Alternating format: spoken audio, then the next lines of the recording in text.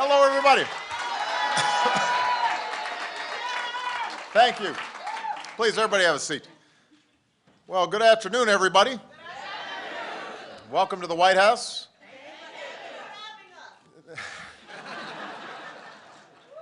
Now, I realize that the last thing you want to hear on New Year's Eve is another speech from me.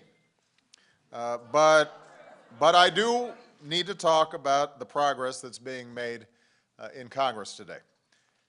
For the last few days, leaders in both parties have been working toward an agreement that will prevent a middle-class tax hike from hitting 98% of all Americans starting tomorrow.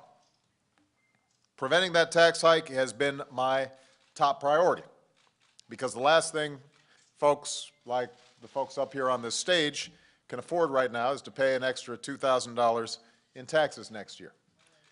Middle-class families can't afford it. Businesses can't afford it. Our economy can't afford it. Now, today, it appears that an agreement to prevent this New Year's tax hike is within sight, but it's not done. There are still issues left to resolve, but we're hopeful that Congress can get it done. But it's not done. And so part of the reason that I wanted to speak to all of you here today is to make sure that we emphasize to Congress and that members of both parties understand that all across America, this is a pressing concern on people's minds. Now, the potential agreement that's being talked about would not only make sure that taxes don't go up on middle-class families, it also would extend tax credits for families with children. It would extend our tuition tax credit that's helped millions of families pay for college. It would extend tax credits for clean energy companies that are creating jobs and reducing our dependence on foreign oil. It would extend unemployment insurance to 2 million Americans who are out there still actively looking for a job. Now, I have to say that ever since I took office, throughout the campaign, and over the last couple of months, my preference would have been to solve all these problems in the context of a larger agreement, a bigger deal, a grand bargain, whatever you want to call it, that solves our deficit problems in a balanced and responsible way, that doesn't just deal with the taxes, but deals with the spending in a balanced way so that we can put all this behind us and just focusing on growing our economy. But with this Congress, that was obviously a little too much to hope for at this time. It may be we can do it in stages. We're going to solve this problem instead in several steps. Last year, in 2011, we started reducing the deficit through $1 trillion in spending cuts. Those have already taken place.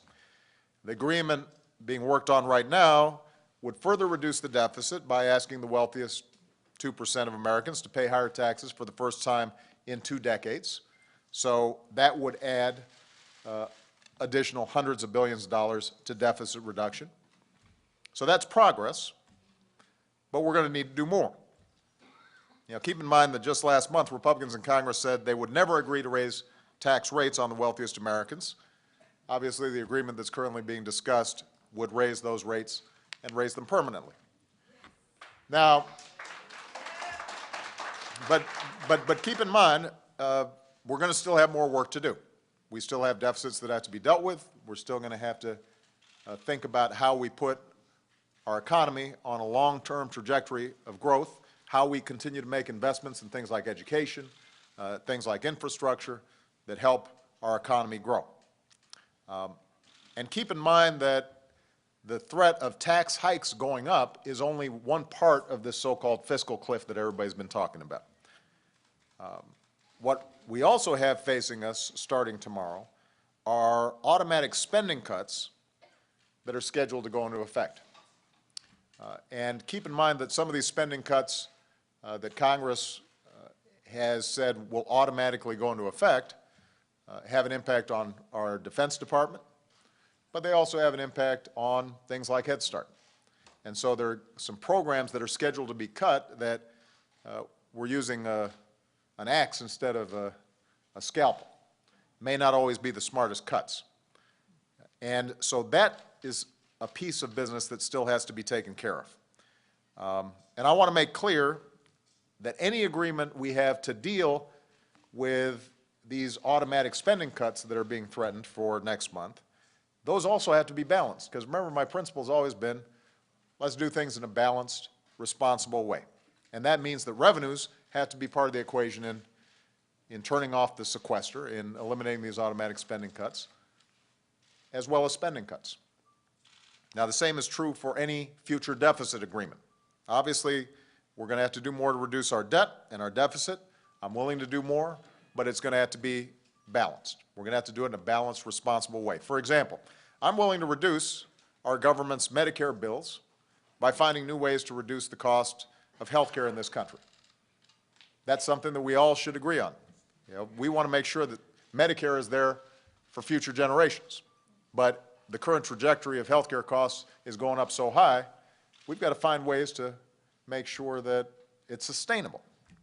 But that kind of reform has to go hand in hand with doing some more work to reform our tax code so that wealthy individuals, the biggest corporations, can't take advantage of loopholes and deductions that aren't available to most of the folks standing up here, aren't available to most Americans. So there's still more work to be done in the tax code to make it fairer, even as we're also looking at how we can strengthen something like Medicare. Now, if Republicans think that I will finish the job of deficit reduction through spending cuts alone, and you hear that sometimes coming from them, that sort of after today, we're just going to try to shove only spending cuts down, shove spending cuts at us that will hurt seniors or hurt students or hurt middle-class families without asking also equivalent sacrifice from millionaires or companies with a lot of lobbyists, et cetera. If they think that's going to be the formula for how we solve this thing, then they've got another thing coming. That's not how it's going to work. We've got to do this in a balanced and responsible way, and if we're going to be serious about deficit reduction and debt reduction, then it's going to have to be a matter of shared sacrifice, at least as long as I'm president. And I'm going to be president for the next 4 years, I hope.